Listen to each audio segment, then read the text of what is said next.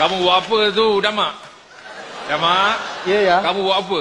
Noreh getah ya. Noreh bukan begitu caranya. Macam mana ya? Itu kamu gesek-gesik, geli pula pokok tu kamu.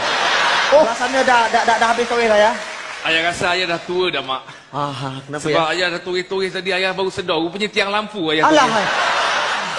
Tapi ya, walaupun kita hidup susah, kita bahagia kan ya? Bahagia tu tak boleh dibeli dah, Mak. Bahagia tu kalau boleh dibeli, dah bahagia dah orang kaya. Tengoklah orang kaya sekarang, mana bahagia? Betul.